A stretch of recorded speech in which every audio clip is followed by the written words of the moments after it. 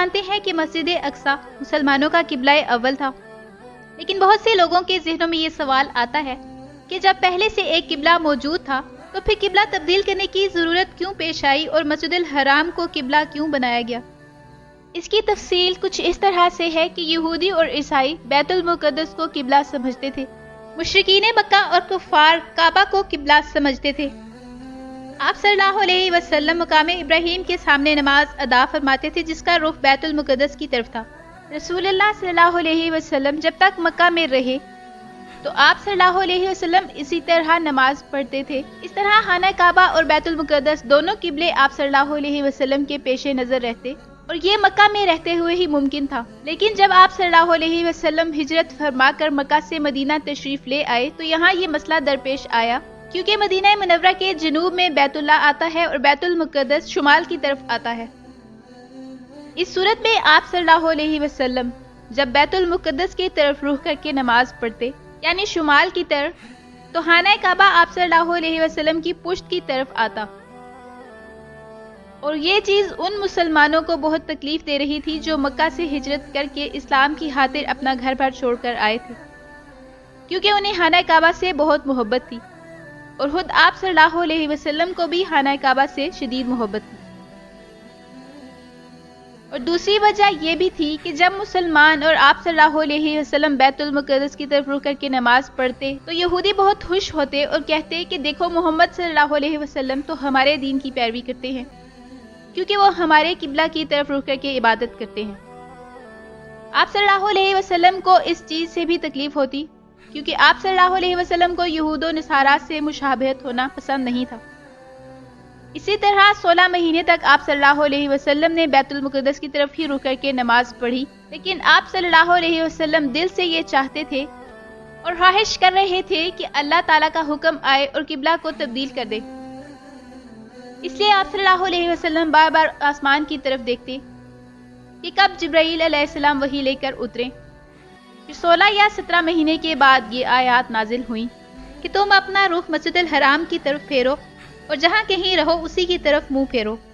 صحیح بخاری کی حدیث میں برا بن عازب سے روایت ہے کہ رسول اللہ صلی اللہ علیہ وسلم جب ہجرت کر کے مدینہ تشریف لائے تو پہلے اپنے ننھال میں یا اپنے ماموں کے ہاں قیام کیا جو کہ انصار تھے، اور آپ صلی اللہ علیہ وسلم نے ہجرت کے بعد 16 یا 17 مہینے بیت المقدس کی طرف منہ کر کے نماز پڑھی، مگر آپ صلی اللہ علیہ وسلم کی یہ خواہش تھی کہ آپ کا قبلہ کعبہ کی طرف ہو جائے، چنانچہ ایسا ہو گیا، اور سب سے پہلی نماز جو آپ صلی اللہ علیہ وسلم نے کعبہ کی طرف پڑھی وہ عصر کی نماز تھی۔ اسی طرح صحیح مسلم کی ایک حدیث میں انس رضی اللہ تعالیٰ عنہ کہتے ہیں کہ رسول اللہ صلی اللہ علیہ وسلم بیت المقدس کی طرف رخ کر کے نماز پڑھتے تھے۔ پھر جب یہ آیات نازل ہوئی کہ ہم تمہارے چہرے کا بار بار آسمان کی طرف اٹھنا دیکھ رہے ہیں، لہٰذا ہم آپ کو اسی قبلے کی طرف پھیر دیتے ہیں جو آپ کو پسند ہے، سو اب آپ اپنا رخ مسجد الحرام یعنی کعبہ کی طرف پھیر لیجئے۔ تو بنو سلمہ میں سے ایک آدمی ادھر سے گزر رہا تھا اور وہ فجر کی نماز میں رکوع کی حالت میں تھے اور ایک رکعت بھی پڑھ لی تھی۔ اس آدمی نے بلند آواز سے کہا کہ قبلہ تبدیل ہو گیا ہے۔ یہ سنتے ہی وہ لوگ اسی حالت میں قبلہ کی طرف پھر گئے۔ یہ عظیم واقعہ وحی کی شکل میں نماز کے دوران مدینہ منورہ کی ایک مسجد میں پیش آیا جو آج کل مسجد قبلہ تین کے نام سے مشہور ہے، یعنی دو قبلوں کی مسجد۔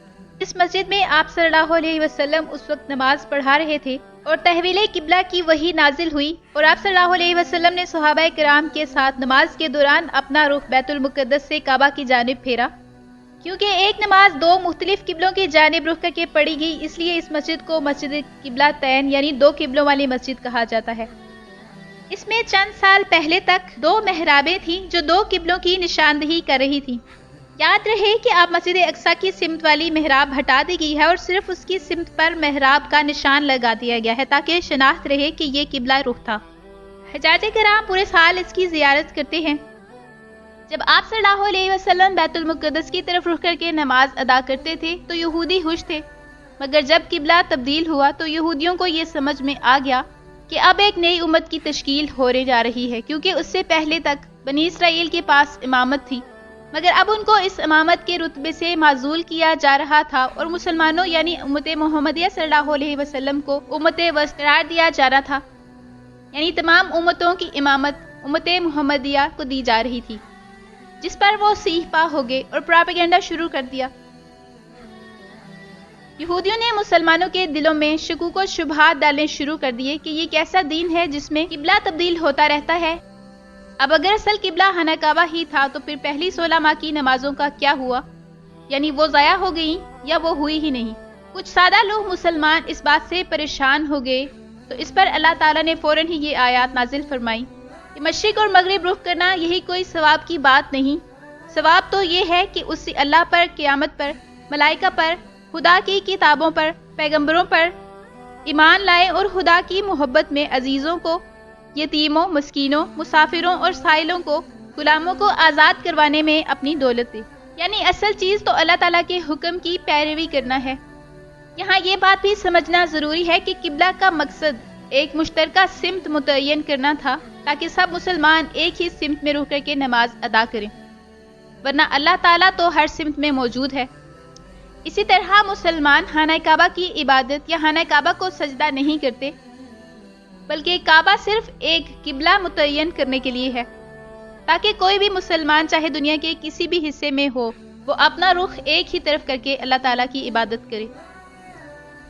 تحویل قبلہ کے حکم نے یہودیوں کو چراغ پا کر دیا۔ وہ اپنے آپ کو نصرانیوں سے بلند سمجھتے تھے۔ مسلمانوں کا بھی قبلہ اب تک بیت المقدس ہی تھا، اس لیے وہ یہ بھی فخر کرتے تھے کہ مسلمانوں کا بھی یہی قبلہ ہے۔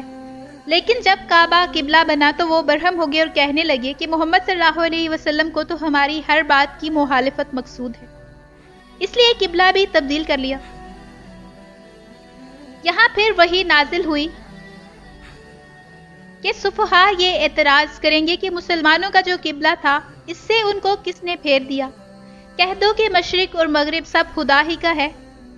تیرا جو پہلے قبلہ تھا اس سے ان کو کس نے پھیر دیا؟ تو اس کی وجہ یہ ہے کہ معلوم ہو جائے کہ پیغمبر کا پیروکار کون ہے اور پیچھے پھر جانے والا کون، اور بلا شبہ یہ قبلہ نہایت گراں اور ناگوار ہے، سوائے ان لوگوں کے جن کو خدا نے ہدایت کی ہے۔